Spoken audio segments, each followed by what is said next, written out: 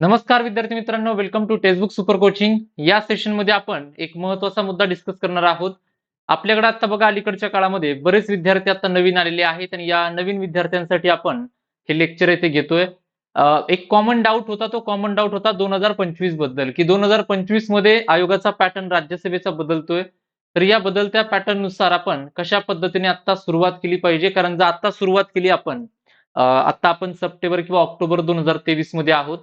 आता जर आपण ही सुरुवात केली तर अजून एक 1.5 वर्ष आहे. त्या 1.5-2 वर्षानंतर जी एक्झाम असेल, जी डिस्क्रिप्टिव्ह पॅटर्न मध्ये असेल, तर याला जे नवीन विद्यार्थी असतील ते कसे टॅकल करू शकतात किंवा आतापासून त्यांनी काय करायला हवं. तर या संभ्रमामध्ये जर तुम्ही असाल तर आपण नक्कीच या लेक्चरमध्ये हे सगळे कॉमन डाऊट घेऊयात आणि एक्झॅक्टली तुम्ही आता कुठून सुरुवात करायला हवी हे देखील डिस्कस करूया. आजचा पॉइंट आहे आपला एमपीएससी राज्यसेवा 2025 साठी तयारीला सुरुवात ही तुम्ही कशी करू शकता आणि कुठून ही सुरुवात तुम्ही करू शकता. बरोबर.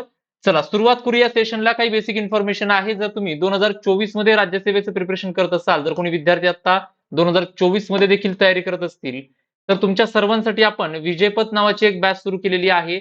विजयपथ बॅच ही राज्यसेवेची फाउंडेशनल बॅच आहे, तुम्ही जॉईन करू शकता. याशिवाय जर तुम्ही कंबाईन 2024 मध्ये कोणी तयारी करत असाल तर कंबाईन साठी संकल्प नावाची बॅच आपण सुरू केली आहे. या व्यतिरिक्त बघा, आता जर तुम्ही यावर्षी कंबाईन मेन्सला असाल, क्लर्क मेन्सला असाल स्पेशली, तर तुमच्या सर्वांसाठी आपण एक बॅच आता सुरू केलेली आहे कंबाईन मेन्स साठी. आणि जर तुम्हाला या बॅच मध्ये ऍडमिशन घ्यायचं असेल आणि मॅक्सिमम डिस्काउंट हवा असेल तर एक कोड यूज करा कॅपिटल मध्ये अनिकेत. जर हा कोड तुम्ही यूज केला तर तुम्हाला जास्तीत जास्त डिस्काउंट या संपूर्ण बॅच वरती मिळून जाईल. जर तुम्हाला राज्यसेवा आणि कंबाईनच्या बॅचेस वरती डिस्काउंट हवा असेल तर बघा, जास्तीत जास्त डिस्काउंट सोबत एक्स्ट्रा व्हॅलिडिटी तुम्हाला मिळून जाईल. यासाठी कोड यूज करावा लागेल कॅपिटल मध्ये अनिकेत. हा कोड यूज करा, तुम्हाला डिस्काउंट येतो या ठिकाणी मिळून जाईल.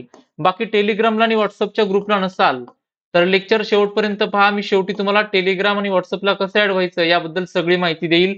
सुरुवात करूया आपल्या सेशनला. 2025 आपण कशा पद्धतीने आता सुरुवात करू शकतो किंवा 2025 चा जो पॅटर्न आहे तो पॅटर्न पूर्णपणे पहिला समजून घेऊयात आणि यानंतर आपण डिस्कस करूया की आता 2023 मध्ये तुम्ही कुठून या अभ्यासाची सुरुवात आहे ती करू शकता.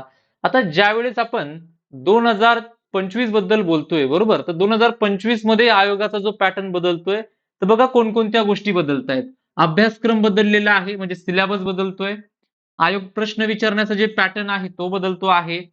अभ्यास साहित्य तुम्ही जे रेफर कराल, स्टडी मटेरियल, ते पण चेंज होते आता. आणि तुमच्या लेवलला तुम्हाला एक दृष्टिकोन देखील नवीन म्हणजे स्वीकारावा लागेल. या सर्व गोष्टी तुम्हाला आता नवीन पाहायला मिळतील या नवीन पॅटर्न नुसार किंवा आयोगाच्या 2025 मधल्या बदलांनुसार. मग या प्रत्येक टप्प्यावरती आपण कोणकोणत्या गोष्टी पाहू शकतो, कोणकोणत्या गोष्टी आपण करू शकतो हे डिस्कस करू. पण सर्वात पहिले की आयोग नक्की 2025 पासून चेंज काय करत आहे, तो चेंज पहिला समजून घेऊयात आणि आपण पुढे जाऊयात. बघा, राज्यसेवा पूर्व परीक्षा आता जशी आहे तशीच होणार आहे. 2 पेपर असतील, एक जीएस असेल पेपर 1 आणि एक असेल सीसॅट. सीसॅट क्वालिफाय आहे, म्हणजे 200 पैकी 66 मार्क मिनिमम मिळवायचे आहेत आणि राहिलेला पेपर 1 जो आहे त्याच्यामध्ये 200 पैकी जेवढे मार्क पडतील त्याच्यावरती मेरिट आहे ते डिसाईड होतं. मग तो प्रिलिम्सचा पॅटर्न सेमच आहे, सिलेबस पण सेमच आहे. पण जर मेन्सचा विचार केला तर मेन्स मध्ये कंप्लीट चेंजेस तुम्हाला पाहायला मिळतात. मुख्य परीक्षा ही 2025 पासून एकूण 9 पेपर तुम्हाला पाहायला मिळतील, मेन्स मध्ये होतील. हे 9 पेपर असतील 1750 गुणांचे, म्हणजे 1750 टोटल मार्क तुम्हाला पाहायला मिळतील मेन्सला असतील. आणि या 1750 मध्ये तुम्ही अजून ऍडिशन करा, तुम्हाला पाहायला मिळतं 275 गुणांची, 275 गुणांचा इंटरव्ह्यू असेल.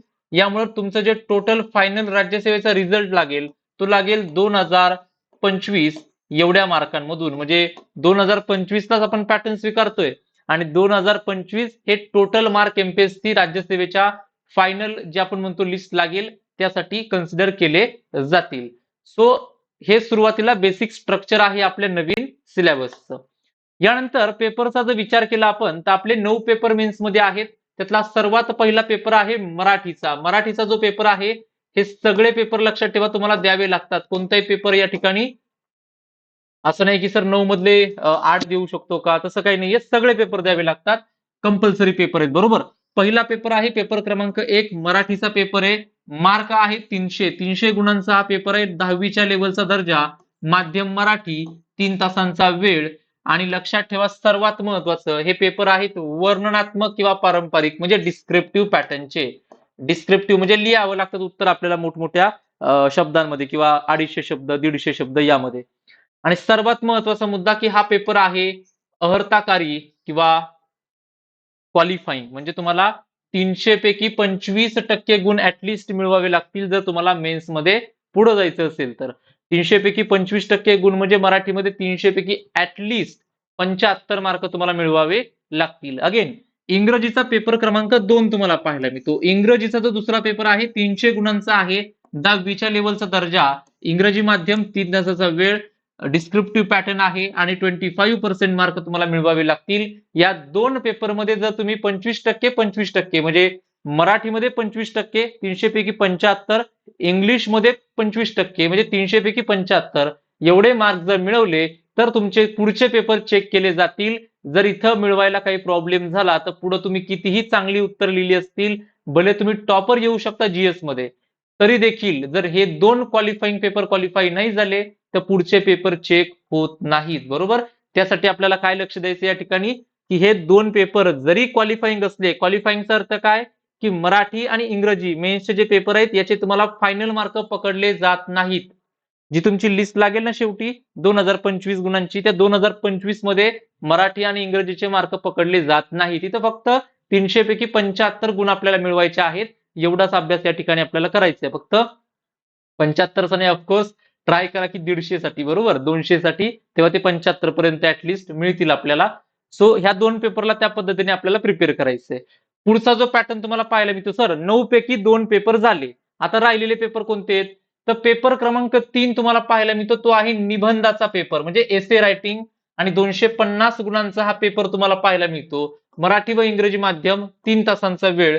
आणि हे कंपल्सरी पेपर आहे वर्णात्मक आणि पारंपरिक म्हणजे डिस्क्रिप्टिव्ह. सगळे पेपर डिस्क्रिप्टिव्ह आहेत. डिस्क्रिप्टिव्ह म्हणजे 150 शब्द, 200 शब्द, 250 शब्दामध्ये उत्तर लिहावी लागतात. बरोबर. तर पेपर 3 निबंधाचे 250 मार्क पकडतात का? तर यस, निबंधाचे 250 मार्क फायनल तुमचे जे मार्क्स असतील 2025 मार्क त्यासाठी पकडले जातील. यानंतर पेपर क्रमांक 4 तुम्हाला पाहायला मिळतो, त्याला आपण GS1 म्हणतो. सामान्य अध्ययन 1, हिस्ट्री असेल, जिओग्राफी असेल, आर्ट अँड कल्चर असेल, हे त्यामध्ये समाविष्ट आहे. 250 मार्क आहेत. बाकी सगळं बेसिक 3 तासांचा वेळ आहे. Descriptive pattern. पेपर क्रमांक 5 सामान्य अध्ययन 2 म्हणजे GS2, 250 मार्क आहेत. GS2 मध्ये स्पेशली पॉलिटी, कॉन्स्टिट्यूशन आणि गव्हर्नन्सचा पार्ट येतो. 3 तासांचा वेळ आहे. पेपर क्रमांक 6 ज्याला आपण म्हणतो GS3 चा जर विचार केला तर 250 मार्क पदवी लेवल, 3 तास आणि डिस्क्रिप्टिव्ह पॅटर्न. GS3 मध्ये येतो इकॉनॉमी, टेक्नॉलॉजी, ऍग्रिकल्चर. GS4 म्हणजे पेपर क्रमांक 7, GS4 सामान्य अध्ययन क्रमांक 4 हा पेपर आहे नवीन, 250 मार्कांचा पेपर आहे, 3 तासांची वेळ असेल आणि हा पेपर आहे GS4 चा इथिक्स. ओके, इथिक्सचा पेपर आहे जो कम्प्लिटली नवीन असेल एमपीएससी मध्ये. बाकी तुमचे जीएसचे जे सब्जेक्ट आहेत ते पहिल्या 3 जीएस मध्ये त्यांनी मर्ज करून टाकलेले आहेत, पण GS4 चा पेपर जो असेल सामान्य अध्ययन पेपर क्रमांक 4 तो मात्र इथिक्स, इंटिग्रिटी आणि ऍप्टिट्यूडचा असेल. आणि सर्वात महत्वाचं शेवटचे 2 पेपर जे तुमचा मार्क किंवा तुमचा रिझल्ट डिसाइड करतात किंवा ते सर्वात महत्वाचे असतात ते म्हणजे ऑप्शनलचे 2 पेपर. तुम्हाला मुख्य परीक्षेमध्ये ऑप्शनल विषय निवडावा लागतो. 2025 मुख्य परीक्षा तुम्ही तयारी करत असाल तर तुमचा ऑप्शनल रेडी पाहिजे अगोदर. तुम्हाला पहिली स्टेप आहे ऑप्शनल ठरवायचा. मी सांगतो पुढे सगळे मुद्दे येणार आहेत आपले. पण ऑप्शनलचे 2 पेपर असतात, विषय एकच असतो, पेपर 2 असतात. फॉर एक्झाम्पल तुम्ही जिओग्राफी ऑप्शनल घेतला, भूगोल जो बऱ्याच विद्यार्थ्यांद्वारे घेतलाही जातो, भूगोल वैकल्पिक विषय, बरोबर. तर भूगोल तुम्ही जर विषय निवडला तर भूगोलाचे 2 पेपर, पेपर 1 आणि पेपर 2 असणार भूगोलाचेच, पण 2 पेपर असणार, बरोबर. आणि हे दोन्ही पेपर 250 म्हणजे टोटल 500 मार्क तुम्हाला वैकल्पिक विषय म्हणजे ऑप्शनलला पाहायला मिळतात. आणि हे तुमचे 1750 मार्क हे तुम्हाला फायनल मेरिट लिस्ट साठी मुख्य परीक्षेचे पकडले जातात. याच्या व्यतिरिक्त 275 मार्कांचा इंटरव्ह्यू असतो. तर आता पुढे येऊया सर, एवढा सगळा सिलेबस आहे, एवढा नवीन पॅटर्न आहे, आत्ता काय करू, बरोबर, सुरुवात कुठनं करू? तर बघा हा जो नवीन पॅटर्न आहे किंवा हा जो नवीन तुम्हाला सगळा सिलेबस पाहायला मिळतो, हा सिलेबस आत्ताच्या सिलेबसपेक्षा किंवा आत्ताच्या पॅटर्नपेक्षा कंप्लीटली वेगळा आहे. कसा वेगळा आहे? आत्ता तुम्ही जर अभ्यास एमपीएससीचा करत असाल राज्यसेवा 2024 पर्यंत, तर तुम्हाला फॅक्ट खूप महत्त्वाच्या आहेत. म्हणजे तुम्ही कोणतेही वाक्य वाचलं असेल आणि त्यामध्ये एखादं तथ्य असेल, एखादी संघटना असेल, एखादं व्यक्ती असतील, तारीख असेल, ह्या सर्व गोष्टी तुम्हाला लक्षात ठेवाव्याच लागतात, जर एमसीक्यू सॉल्व्ह करायचे असतील तर. पण 2025 चा पॅटर्न त्याची डिमांड करत नाही शक्यतो. 2025 च्या पॅटर्नमध्ये आपल्याला उत्तरं लिहावी लागतात. ऑफकोर्स फॅक्च्युअली करेक्ट असाल, उत्तर खूप चांगलं बनून जातं. बरोबर? पण ते लक्षात ठेवायचंच असतं असंही नाहीये. जो डेटा असतो तो लक्षात ठेवू आपण. पण सुरुवातीला क्लिअर करा कन्सेप्ट. मग सर कन्सेप्ट कुठनं क्लिअर करू? कारण बघा, जर मी तुम्हाला मुख्य परीक्षेला प्रश्न आला असेल, की भूकंप, ओके, अर्थक्वेक ही जी कन्सेप्ट आहे त्याच्यावरती प्रश्न आला आणि विचारलं की याच्यावर काहीतरी भूकंपाचे प्रकार वगैरे लिहा किंवा भूकंप लहरींचे प्रकार सांगून त्याची वैशिष्ट्ये लिहा. असा जर प्रश्न आला असेल, तर लिहिताना आपल्या डोक्यामध्ये ते सगळं क्लिअर पाहिजे अगोदर की भूकंप काय असतो, त्याची डेफिनेशन लिहावी लागेल, म्हणजे इंट्रोडक्शन, नंतर मेन बॉडीमध्ये जो विचारले ऍक्च्युली त्यांनी प्रश्नामध्ये ते प्रकार लिहावे लागतील, त्याचे वैशिष्ट्ये लिहावी लागतील आणि शेवटी कन्क्लुजन लिहावं लागेल. बरोबर? तर हे लिहिण्यासाठी ना ज्यावेळेस तुम्ही 200-250 शब्द लिहिता, डायग्राम काढता, तेव्हा तुम्ही कन्सेप्च्युअली क्लिअर पाहिजे. कारण सगळ्याच गोष्टी तुम्ही पुस्तकातनं रट्टा मारून लक्षात ठेवू शकत नाही आन्सर रायटिंगसाठी. ही पहिलं म्हणजे गोष्ट सर्वात महत्वाची, की सगळ्या गोष्टी रट्टा मारून तुम्ही लक्षात ठेवू शकत नाही, त्याला उतरवू शकत नाही पेपरवरती. बरोबर? एवढी सुपर पॉवर कोणाकडे नाहीये आता तरी. मग लक्षात ठेवा ही उत्तरं लिहिली जातात कशी, म्हणजे आन्सर रायटिंग कसं केलं जातं, तर आन्सर रायटिंगसाठी आपल्या भाषेमध्ये सुरुवातीला आपल्याला कन्सेप्ट क्लिअर करणं गरजेचं आहे. म्हणजे भूकंप म्हणजे काय, ऍज अ भूकंप कन्सेप्ट तुम्हाला माहिती असेल ना, मग तुम्ही तुमच्या भाषेमध्ये थोडं चांगली भाषा वापरून, टेक्निकल भाषा वापरून काय करू शकता, थोडी त्याची कन्सेप्ट लिहू शकता आणि मग त्याला एका स्ट्रक्चरमध्ये बसून तुम्ही उत्तर लिहू शकता.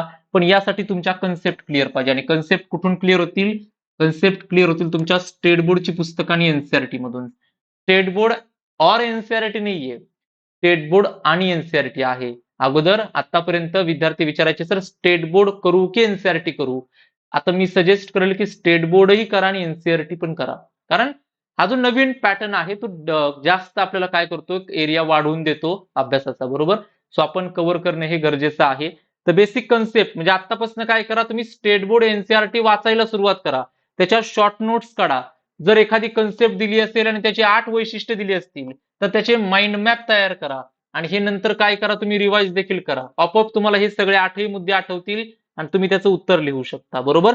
हे थोडं काय करा तुम्ही, एनसीईआरटी आणि स्टेट बोर्डला वाचायला सुरुवात करा आणि त्याच्या शॉर्ट नोट्स काढा आणि शॉर्ट नोट्स काढताना फोकस करा की ज्या डेटा आहे किंवा जो फॅक्ट आहे तो तर लिहू शकता तुम्ही, काय हरकत नाहीये. पण जर तुम्हाला आतापर्यंत एमपीएससीचा अनुभव असेल आणि तुम्ही 25 ची देखील तयारी करत असाल, तर मात्र तुमचा फोकस कुठं राहिला पाहिजे. जर तुम्हाला एखाद्या गोष्टीचे परिणाम दिले असतील, एखाद्या गोष्टीची कारणं दिली असतील, एखाद्या गोष्टीचे उपाय दिले असतील, तर त्याच्यावरती फोकस करायचे आपल्याला.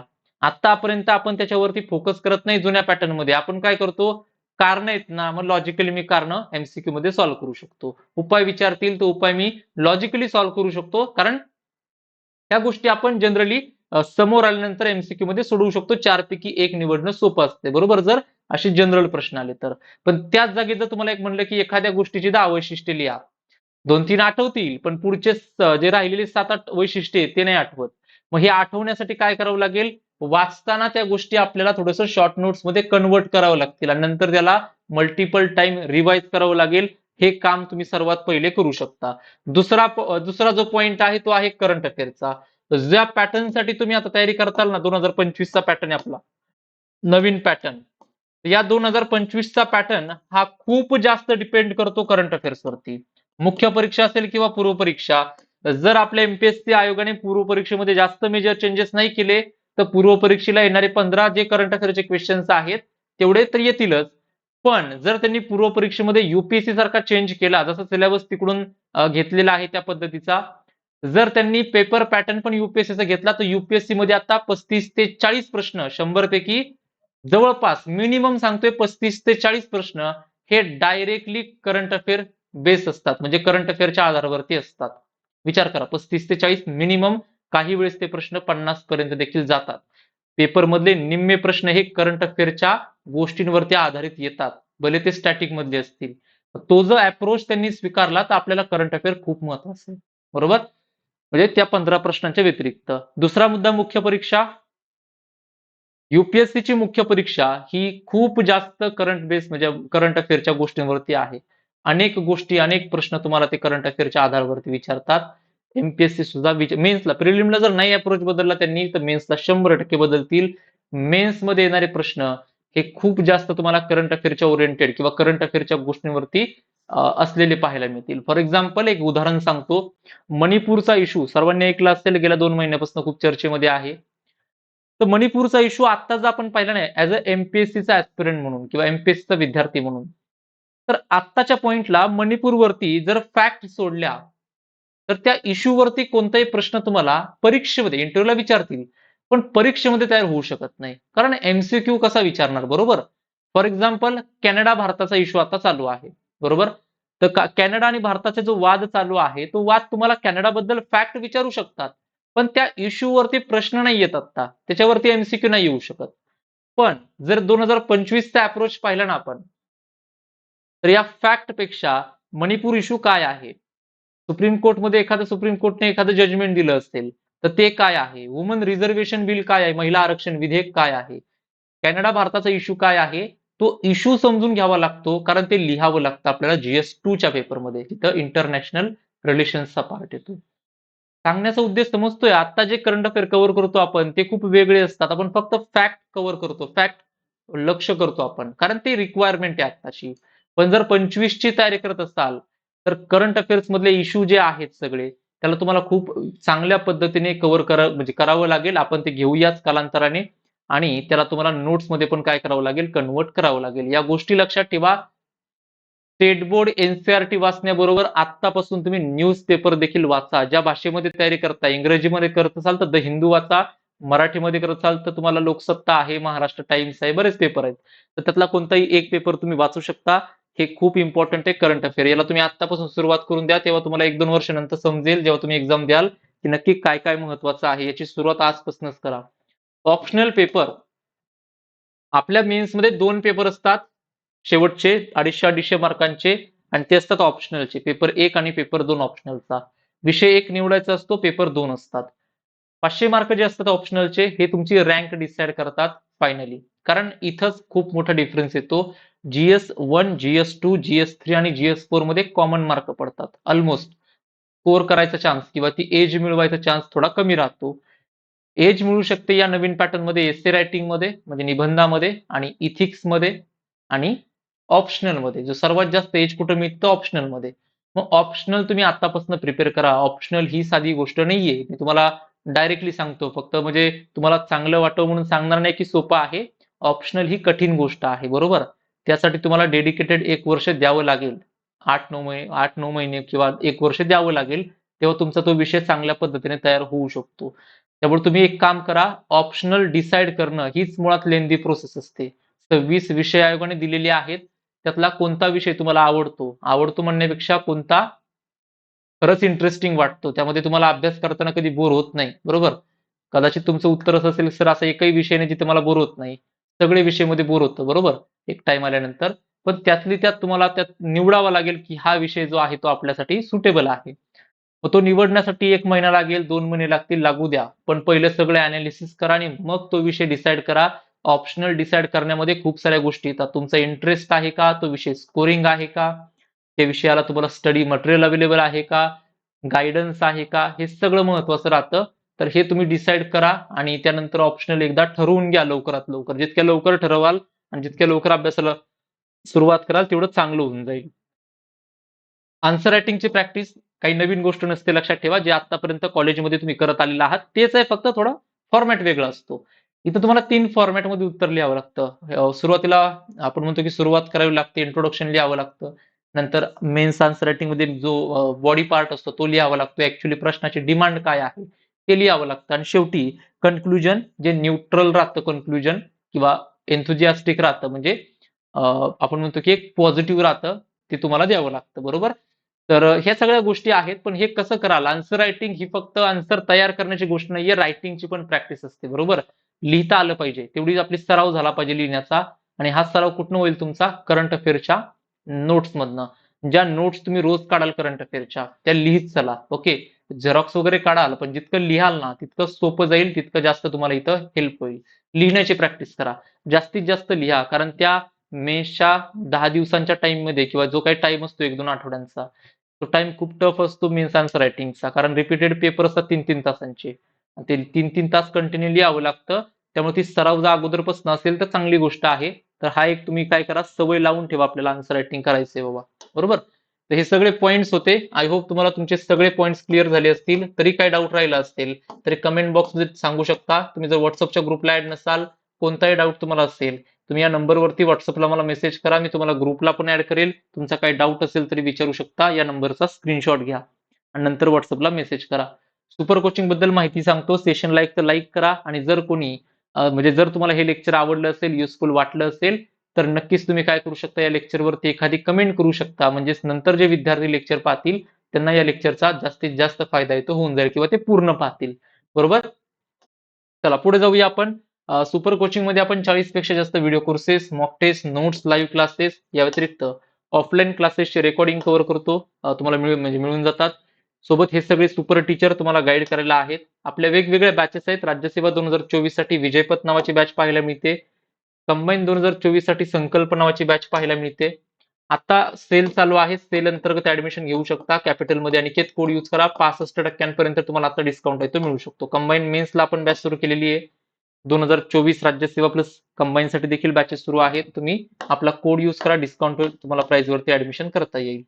बाकी जर टेलिग्रामला ऍड नसाल तर टेलिग्रामला सर्वांनी जॉईन करून ठेवा. अनिकेत सर टेक्स्टबुक सर्च करा, टेलिग्राम चॅनल तुम्हाला मिळून जाईल. टेलिग्राम चॅनलचं नाव मी तुम्हाला दाखवतो बघा. तुम्ही हे चॅनलचं नाव इथे सर्च करू शकता, तुम्हाला टेलिग्राम चॅनल मिळून जाईल. ओके. चला, सो आपण भेटूया पुढच्या लेक्चरमध्ये. तुमचे जे काही डाऊट असतील तुम्ही कमेंट बॉक्समध्ये टाका. लेक्चर आवडलं असेल तरी कमेंट बॉक्समध्ये सांगा. आपण भेटूया पुढच्या लेक्चरमध्ये. Thank you everyone for joining this session. Have a nice day head. Thank you.